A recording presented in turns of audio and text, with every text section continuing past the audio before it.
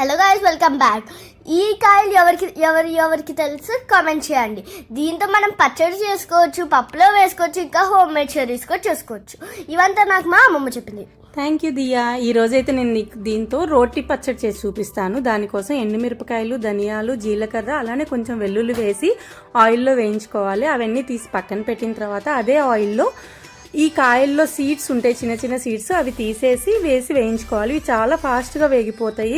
ఇవి సాఫ్ట్ అవ్వగానే తీసి పక్కన పెట్టి చల్లారిన తర్వాత రోట్లో వేసి దంచుకోవాలి, లేదా గ్రైండర్లో కూడా వేసుకోవచ్చు, అయితే లైక్ మిక్సీలో కూడా చేసుకోవచ్చు. బట్ రోట్లో చేస్తే టేస్ట్ ఇంకొంచెం ఎన్హాన్స్ అవుతుంది.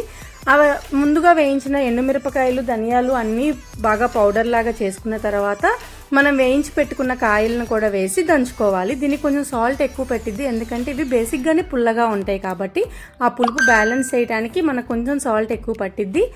అండ్ ఇంకొంచెం టేస్ట్ ఎన్హాన్స్ చేయడానికి దీనికి వేయించిన నువ్వుల పొడి అండ్ చిన్న బెల్లం ముక్క వేసామనుకోండి, టేస్ట్ చాలా బాగుంటుంది. ఇవన్నీ వేసి బాగా మెత్తగా గ్రైండ్ చేసుకోవాలి.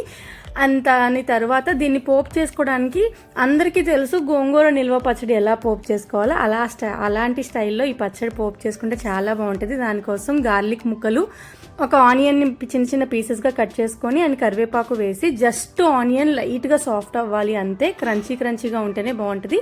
అండ్ మనం రుబ్బుకున్న పచ్చడి కూడా వేసి కలుపుకోవడమే. దీనికి బెస్ట్ కాంబినేషన్ అయితే ముద్దపప్పు, వేడి అన్నము, నెయ్యి, దాంతో ఈ పచ్చడి వేసి కలుపుకొని తింటే ఆహా సూపర్ ఉంటుంది. Please subscribe. అలానే